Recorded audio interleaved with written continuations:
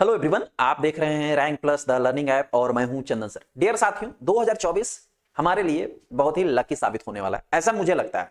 क्यों लगता है? क्योंकि 2024 में ना वैकेंसी की अंबार सा खुला हुआ। अभी मैंने 4 से 5 से 6 वैकेंसी का नोटिफिकेशन दे चुका हूं। जैसे ही देता हूं उसके 2 दिन बाद फिर एक नया नोटिफिकेशन आ जाता है और फिर आज आपको नया नोटिफिकेशन आ गया है न्यू वैकेंसी का और लार्ज वैकेंसी है। उसी की कंप्लीट डिटेल देने जा रहा हूं। ये वैकेंसी आया है लैब अटेंडेंट के लिए, लेकिन रुको, आप में से कई लोगों ने इस लैब अटेंडेंट की वैकेंसी जो एनवीएस से आया है, एनवीएस का मतलब नवोदय विद्यालय, नवोदय जवाहर नवोदय विद्यालय इसको हम बोलते हैं, जो हमारे पूरे इंडिया में लगभग 650 विद्यालय हैं, 650 स्कूल हैं, 650 स्कूल्स हैं, एक्सेप्ट ऑफ तमिलनाडु को छोड़ करके सभी स्टेट में लगभग ये स्कूल है। उसके लिए वैकेंसी आया है आपने लैब अटेंडेंट के लिए। इसकी नोटिफिकेशन हो सकता है बहुतों ने देख लिया होगा और देखने के बाद आपको यह पता चला होगा कि इसमें केवल और केवल जो है सर वो डीएमएलटी के स्टूडेंट अप्लाई कर सकते हैं। अभी तक आपने शायद यही सुना होगा, बट मैं पहले ही बोल देना चाहता हूं कि इसमें डीएमएलटी और बीएससी एमएलटी दोनों के स्टूडेंट अप्लाई कर सकते हैं, नो डाउट। कैसे अप्लाई करेंगे अभी डिटेल में समझाऊंगा।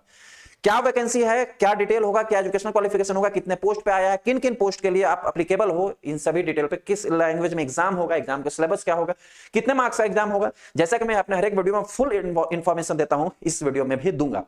लेकिन हमारा सबसे पहले क्या होता है प्रॉपर्टी सर, कि जो भी वैकेंसी आता है तो उसको हम पहले चेक करते हैं कि आइदर ये ऑफिशियल है कि नहीं, फर्जी वैकेंसी तो नहीं है, ठीक है।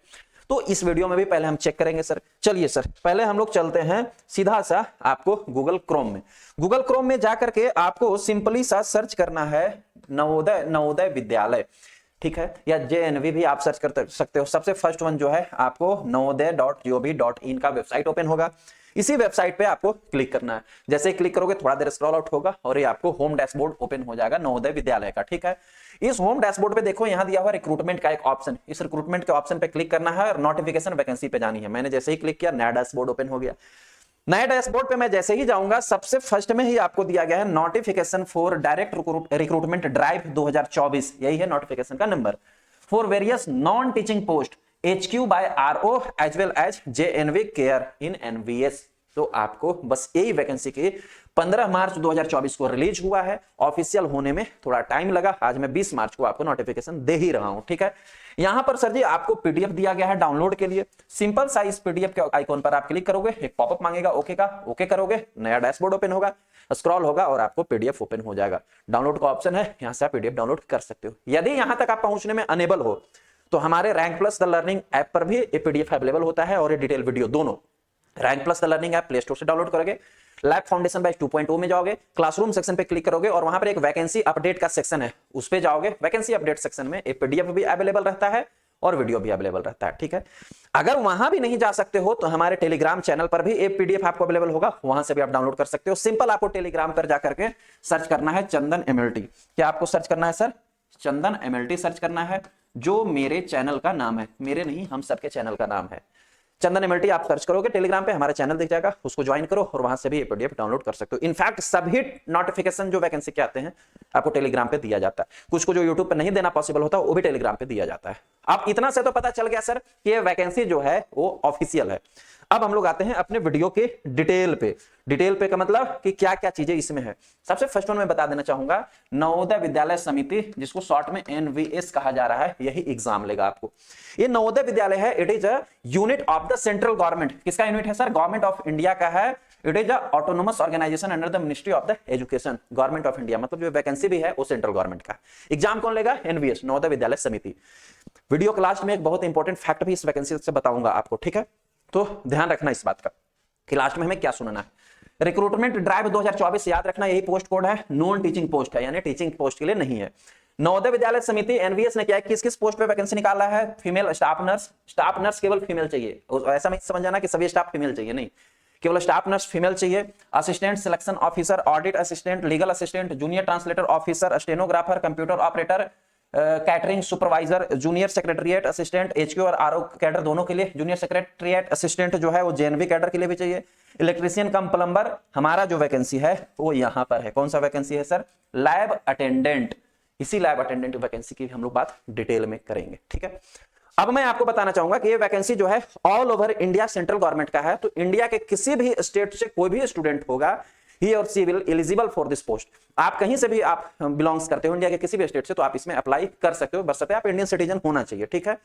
दूसरा इंपॉर्टेंट फैक्ट कि कहीं से भी अप्लाई करोगे तो इस वैकेंसी की सबसे खूबसूरती की बात क्या है कि इसके एग्जामिनेशन सेंटर भी आपके ही स्टेट में है। सभी स्टेट में एग्जामिनेशन सेंटर बनाया गया है, इसके पीडीएफ में दिया गया है, आप एग्जामिनेशन सेंटर देख लेना कि आपका कौन सा एग्जामिनेशन सेंटर सबसे नियर अबाउट होगा, ठीक। क्योंकि ये जेएनवी के जो विद्यालय हैं वो लगभग 650 स्कूल्स जो हैं ऑल ओवर इंडिया में है, except of state of Tamil Nadu. Tamil Nadu में नहीं है, इसको छोड़ के सभी स्टेट में है। लेकिन एक इंपॉर्टेंट बात और आपको बताने जा रहा हूं इस डिटेल को स्टार्ट करने से पहले ही। वो क्या है सर इंपॉर्टेंट बात यह है कि जैसे मन में ऐसा सवाल आता है ना कि सर हम एग्जाम दिए, अपने स्टेट में हमारा एग्जामिनेशन सेंटर था, सेंट्रल गवर्नमेंट की वैकेंसी है, तो हमें सिलेक्शन के बाद पोस्टिंग कहां मिलेगा। देखो इंपॉर्टेंट सारे फैक्ट्स पहले ही बता रहा हूं, इसलिए ध्यान से सुनो कि सिलेक्शन होने के बाद पोस्टिंग कहां मिलेगा। इन्होंने बहुत क्लियर मेंशन किया हुआ है। क्या मेंशन किया हुआ है? The candidate may be posted anywhere in India और on initially posting on the selection. अगर शुरू में आपका सिलेक्शन होता है तो इंडिया में आप कहीं भी एनीवेयर आप पोस्टेड हो सकते हैं, किसी भी स्टेट में आपको पोस्टिंग मिल सकता है, ठीक है। और एक इंपॉर्टेंट इसी में कोटेशन दिया गया है, and request for change or of station or region will not be entertained under any circumstances whatsoever. आप शुरू में ज्वाइन किए और कोई भी रिक्वेस्ट आप कोई भी सर्कमस्टांसेस को देकर के कोई भी रीजन बता के कर लो कि सर मेरा यहां से वहां बदली कर दो, मैं यहां नहीं ले सकता, तो वो नहीं मान्य होगा। आपको इनके अकॉर्डिंग ही पोस्टिंग मिलेगी। सर्विस कर लिया 2 साल 4 साल, उसके बाद आपके ट्रांसफर हो सकता है कहीं भी, but on the initial posting there is not the possibility of the changes of your region or station. इसको याद रखना, ये बहुत हाईली कोड था, इसलिए मैंने सोचा आपको सबसे पहले ही बताऊं। 2 कोड में अब हम लोग इस चीज को समझ चुके हैं कि हमारी वैकेंसी किस प्रकार की है, ठीक है। अब मैं आता हूं 2 कोड के लिए वैकेंसी आया है, एक तो एचक्यू और कैडर के लिए और एक है जेएनवी के लिए। हमारा जो आता है लैब अटेंडेंट, हमारा जो आता है सर लैब अटेंडेंट, वो आता है जेएनवी, जवाहर नवोदय विद्यालय के कैटेगरी में आता है, ठीक है। अब आते हैं डिटेल पे। सर लैब अटेंडेंट जो है वो ग्रुप सी का पोस्ट है, पोस्ट कोड नंबर 12 है, ठीक है। टोटल वैकेंसी जो है 161 पोस्ट पे है, 161, बहुत बढ़िया वैकेंसी है, लार्ज वैकेंसी है, ठीक है। अनरिजर्व के लिए 76, ईडब्ल्यूएस के लिए 16, ओबीसी के लिए 31, एससी के लिए 28, एसटी के लिए 10 वैकेंसी है। ये सारी वैकेंसी अपनी कैटेगरी वाइज आप फिल कर सकते हो, ठीक है। अब हम लोग आते हैं नेक्स्ट इन्फॉर्मेशन। आपको समझ में आ गया कितने पोस्ट पे वैकेंसी है। नेक्स्ट इन्फॉर्मेशन आता है कि इसके लिए एजुकेशनल क्वालिफिकेशन, जो लेक्चर के शुरू में ही मैंने आपको बताया कि both students are eligible, DMLT and BSMLT both. कैसे? सुनो, सबसे फर्स्ट वन, पे स्केल कितना है सर? 18,000 से स्टार्ट होगा, 56,900 पे, इंक्लूडिंग भत्ता वगैरह और जुड़ेगा तो आपको 35 से 40,000 से स्टार्टिंग होगी, ठीक है सर। एज क्या होगा सर? 18 से 30 साल, 18 to 30 इयर्स एज इसमें दिया गया है। एज रिलैक्सेशन भी दिया गया है, जिस कैटेगरी से आप बिलोंग्स करते हैं उसके लिए डिटेल पीडीएफ जो दिया गया उसमें आप देख लेना कि आपका कितना एज रिलैक्सेशन है, ठीक है। देन आता है मोस्ट इंपोर्टेंट कि एजुकेशनल क्वालिफिकेशन इसके लिए क्या है। सबसे फर्स्ट वन कि आपने 10th क्लास पास किया है, यानी मैट्रिकुलेशन पास किया है, और अ सर्टिफिकेट और डिप्लोमा इन लैबोरेटरी टेक्निक। अगर आपने 10th किया है और 10th के बाद आपने सर्टिफिकेट भी लिया है अगर लैबोरेटरी का, तो आप एप्लीकेबल हैं। या 10th के बाद आपने डीएमएलटी भी किया है तो भी आप एप्लीकेबल हैं, ठीक है। ये तो हुआ जस्ट 10th के बाद वाले डीएमएलटी वाले, वो भी उनको भी इसमें चांस दिया है।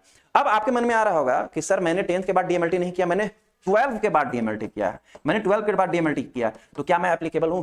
बिल्कुल एप्लीकेबल हो, लेकिन उसमें क्या शर्त है और यहां किया हुआ इसके अलावे 12th class with science stream from recognised board or university. अगर आपने केवल 12 किया है, 12 के बाद डिप्लोमा के तो इन्होंने बात ही नहीं की। अगर आपने 12 किया है, लेकिन 12 किससे होना चाहिए सर? साइंस से होना चाहिए।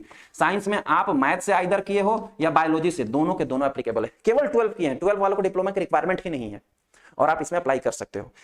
अब अगर 12 आपने आर्ट्स से कॉमर्स से किया और डिप्लोमा किया है तब आप एप्लीकेबल नहीं होंगे, ठीक है। अब हम लोग आते हैं बीएससी एमएलटी।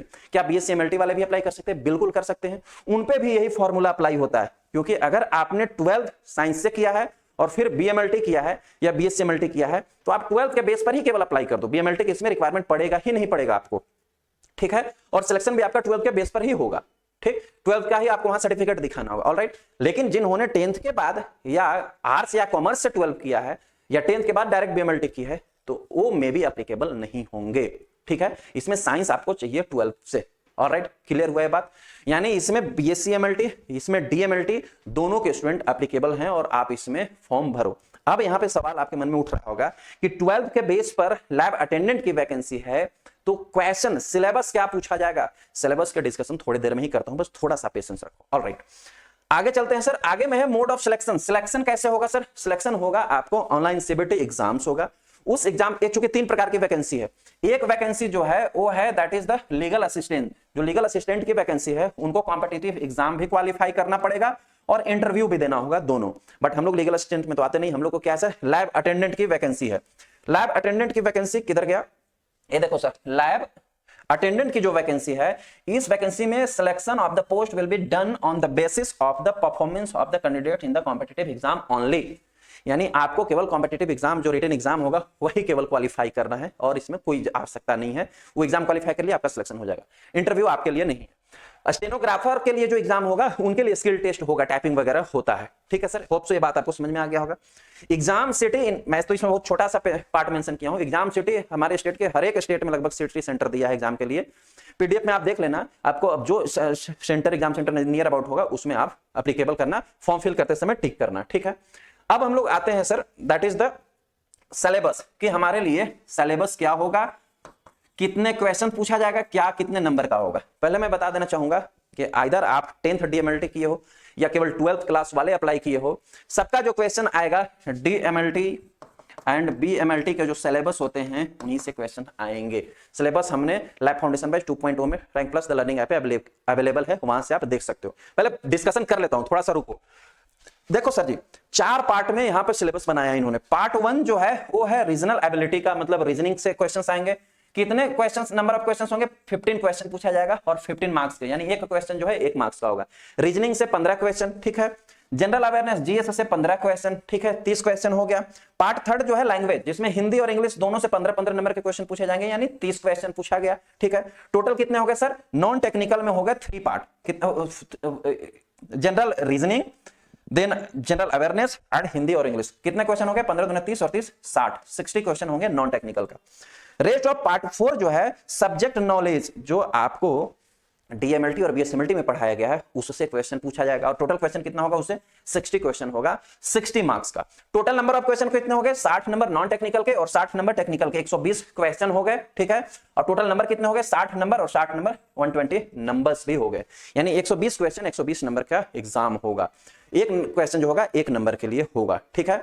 अब नॉन टेक्निकल में हिंदी में क्या पढ़ना है, इंग्लिश में क्या पढ़ना है, रीजनिंग में क्या पढ़ना है, मैथ में क्या पढ़ना है, इसका भी सिलेबस रैंक प्लस ऐप पे लैब फाउंडेशन 2.0 में अवेलेबल है डेमो सेक्शन में, ठीक है। और टेक्निकल पार्ट का भी सिलेबस लैब फाउंडेशन 2.0 में अवेलेबल है डेमो सेक्शन के पीडीएफ नोट्स में, ठीक है। दोनों का पीडीएफ वहां से डाउनलोड करो और प्रिंट निकलवाओ, कंप्लीट एक एक टॉपिक लिखा हुआ है कि क्या क्या आपको पढ़ना है, ठीक। अब ये तो समझ में आ गया कितने घंटे का एग्जाम होगा, 120 क्वेश्चन तो हमें समझ में आ गए। देखो सर, एग्जाम के लिए आपको 2.5 घंटे समय दिया जाएगा। 2.5 घंटे का मतलब 60 दूना 120 और 30 150 मिनट, 150 मिनट में आपको 120 क्वेश्चन जो है सोल्व करना है। 120 एमसीक्यूज को आपको 150 मिनट में 150 मिनट में सोल्व करना है, ठीक है। अब आप सोच रहे होगा कि 4 पार्ट में, पार्ट 1, 2, 3 एंड 4, 4 पार्ट में है क्वेश्चन, तो क्या चारों पार्ट के लिए अलग अलग समय पे क्वेश्चन ओपन होगा? नहीं, यहां पर इन्होंने क्लियर मेंशन कर रखा है 2.5 घंटे जो है hours duration without any time limit for each part of the test individually. किसी एक के लिए टाइम लिमिट नहीं है, चारों पार्ट का क्वेश्चन आपको एक बार ओपन हो जाएगा। 120 मिनट में आप चारों में से किसी को भी सोल्व करो, कितना समय लेते हो ये डिपेंड करता है आप पे। पार्ट वाइज नहीं ओपन होगा, उसमें ज्यादा टाइम कंज्यूमिंग हो जाता है और फिर मामला गड़बड़ा जाता है। ये बड़ी अच्छी बात इन्होंने की। अब आपको समझ में आ गया कि 150 मिनट में 120 क्वेश्चन सोल्व करना। अब आपके दिमाग में आ रहा होगा, सिलेबस भी आपको समझ में आ गया होगा। अब आपके दिमाग में एक चीज आ रहा होगा, इस पे मैं आता हूं। एक चीज आपके दिमाग में आ रहा होगा सर, आपके दिमाग में क्या आ रहा होगा कि सर इसमें निगेटिव मार्किंग होगा कि नहीं होगा, और क्वेश्चन किस लैंग्वेज में होगा, ये आ रहा होगा ना। मैं आपको बता देना चाहूंगा इसमें निगेटिव मार्किंग होगा सर। इन्होंने मेंशन कर रखा है there will be negative marking for wrong answer 1/4 marks, यानी कि 0.25 मार्क्स जो है वो निगेटिव मार्किंग में कटेगा अगर एक क्वेश्चन गलत होता है तो।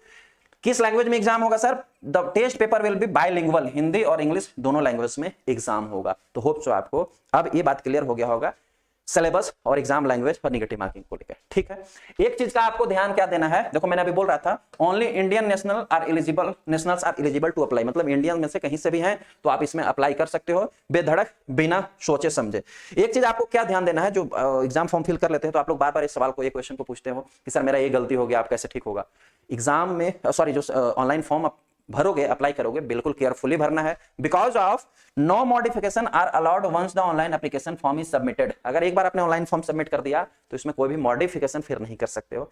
इसमें मुख्य रोल होता है ईमेल आईडी का। आप जो है ईमेल आईडी बिल्कुल करेक्ट और सही भरना, ताकि आप जो है जो भी नोटिफिकेशन आएगा आपके ईमेल आईडी पे मिलता रहेगा, ठीक है। और बिल्कुल करेक्ट ऑनलाइन फॉर्म भरना चाहिए। एडमिट कार्ड आपको कब आएगा और कहां मिलेगा सर, ये इन्होंने डिस्क्लोज नहीं किया है। इसके लिए आपको एडमिट कार्ड के लिए www.navodaya.gov.in इस वेबसाइट को विजिट करते रहना रेगुलर इंटरवल में। एडमिट कार्ड पे ही मेंशन होगा कि एग्जाम कब होगा। ये सारे कुछ अभी लॉन्च डिस्क्लोज नहीं हुआ।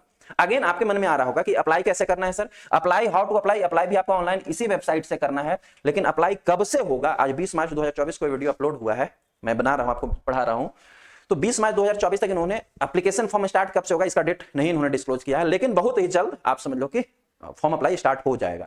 इसके लिए आप इस वेबसाइट को रेगुलर इंटरवल में चेक करते रहेंगे। पॉसिबल होगा तो मैं भी आपको जैसे ही एप्लीकेशन फॉर्म स्टार्ट होगा आपको टेलीग्राम चैनल जो हमारा है उसमें भी नोटिफिकेशन दे दिया जाएगा कि अब आप फॉर्म फिल कर लो। ठीक है सर, इसी वेबसाइट पे आपको जाके चेक करते रहना है। अब आता है कि सर फॉर्म फी कितना लगेगा। फॉर्म फी जो है वो no form fee application will be required for the candidate of belonging to SC ST और पीडब्ल्यूडी। एससी एसटी और पीडब्ल्यूडी के लिए फॉर्म फी नहीं लगेगा, लेकिन प्रोसेसिंग फी लगेगा। बताता हूं, फीमेल स्टाफ नर्स के लिए जो है 1000 फॉर्म फी है, ठीक है, जनरल ईडब्ल्यूएस और ओबीसी के लिए, ऑलराइट, और 500 है प्रोसेसिंग फी, यानी टोटल 1500 लगेगा। ठीक, अब मैं आपको बताता हूं अपना जो हमारा लैब अटेंडेंट का आता है। देखो सर दूसरे वाले में हमारा आता है, where is the lab attendant,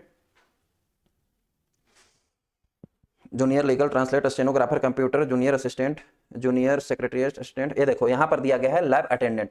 lab attendant की जो फॉर्म फी है वो 500 है, प्रोसेसिंग फी जो है 500 है, टोटल कितना हो गया 1000 हो गया। एक इनके लिए है, UR unreserved, EWS and OBC के लिए। ठीक है, एससी एसटी के लिए जो है फॉर्म फिल नहीं लगेगा, लेकिन जो प्रोसेसिंग फी है 500 वो लगेगा, यानी एससी एसटी और पीडब्ल्यू के लिए 500 फॉर्म फी लगेगा। क्लियर सर, होप सो ये बात समझ में आ चुका होगा। नेगेटिव मार्किंग आपको मैंने समझा ही दिया। अब लेक्चर के शुरू में ही मैंने बोला था कि वीडियो के लास्ट में होप सो आपको सारी जानकारी मिल गई होगी।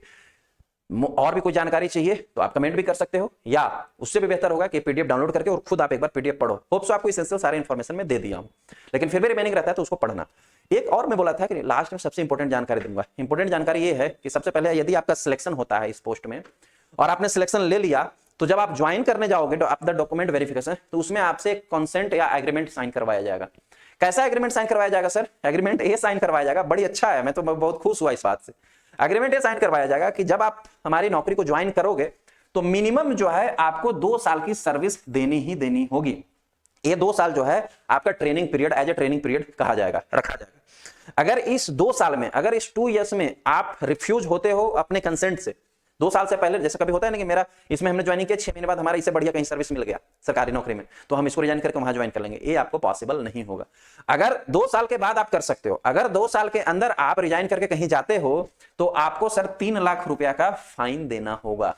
ये सबसे इंपॉर्टेंट फैक्ट है, तो इसको आप याद रखना। ये 2 साल जो है एज ए ट्रेनिंग आप समझ लो कि आपको रखा जाएगा। होप सो आपको ये पूरी वीडियो समझ में आई होगी, और इतनी अच्छी वैकेंसी है प्यारे, तो तैयारी भी आप स्टार्ट करो, बिना पढ़े तो होगा नहीं। और क्वेश्चंस जो है आपको लैब फाउंडेशन 2.0 के सिलेबस से ही आने हैं, नॉन टेक्निकल और टेक्निकल दोनों सिलेबस वहां अवेलेबल है। आप हमारे यहाँ भी क्लास ज्वाइन कर सकते हो, rank plus the learning app download कीजिए प्ले स्टोर से, और लैब फाउंडेशन बैच 2.0 परचेज करके अपनी प्रिपरेशन आज से ही स्टार्ट करो। पहले के जो भी क्लासेस हो चुके हैं वहां वो आपको रिकॉर्डेड फॉर्म में मिल जाएंगे, और पर डे क्लासेस जो है रिकॉर्डेड क्लासेस और पीडीएफ नोट्स आपको अपलोड होता है, विद द नोटिफिकेशन आपको दिया जाएगा। Online test series, practice set, सारी चीज की फैसिलिटी जो वहां अवेलेबल है।